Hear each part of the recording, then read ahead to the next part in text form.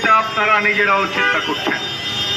আপনারা শুনেছেন যে দেখবেন রাজনীতির বিভিন্ন দল আছে, তারা তাদের কথা বলে এই কাজটা করে।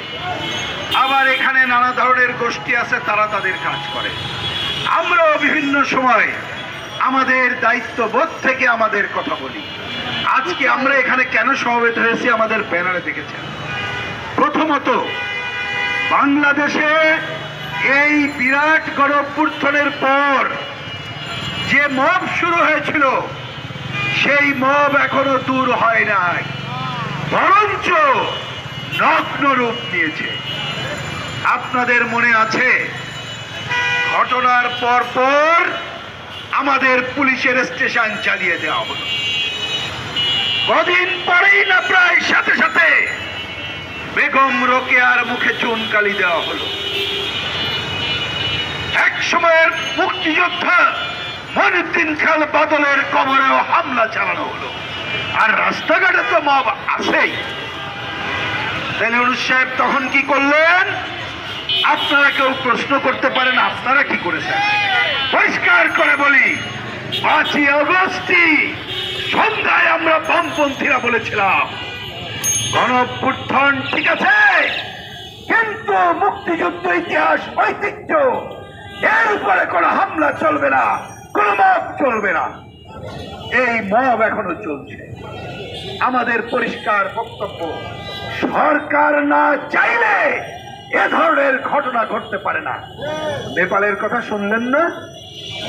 আমাদের যারা মব করে, আমাদের ইউনূস সাহেবের সরকার আর তার চেলাবেলারা আকার ইঙ্গিতে যা বলে তাতে ভাবতে এরকম খারাপ কিছু করছে না। আমরা পরিষ্কার করে বলতে চাই, ইউনূস সাহেব তার সরকারকে এবং তার সমর্থকদের, আপনারা 5ই আগস্টের পর যেসব কাজগুলো হয়েছে এর দায় এড়াতে পারবেন না। অতীতের পতিত স্বৈরাচারের যেমন বিচার হচ্ছে, আজকে যদি অন্যায়কারীদের আপনি বিচার করে না যান, জনগণ এক সময় এর বিচার করবে। আমাদের পরিষ্কার কথা, আর দেরি না করে বাংলাদেশে যেন আর একটা ঘটনা না ঘটে সেই ব্যবস্থা করতে হবে। এই সরকারের এ নিয়ে আর বেশি কথা বলতে চাই না, একটা মনে না করিয়ে দিতে পারছি না। সংস্কার নিয়ে অনেক কথা হয়, আজকে সেটা নিয়ে কথা বলতে চাই না। মনে আছে নারী সংস্কার কমিটি হয়েছিল? আপনাদের মনে আছে? মনে আছে নারী সংস্কার কমিটিতে অনেক কিছু ভালো কথা ছিল, আমরা তার সাথে ছিলাম, অনেক বিষয় আমরা সংযুক্ত করতে বলেছি। কিন্তু উগ্রশক্তি স্বরাষ্ট্র উত্থানে হুমকি দিল। হুমকি দেওয়ার পরে দেখি আর কোনো কথা নাই। এত আলোচনা হয়, এইটা নিয়ে কোনো আলোচনা হয় না।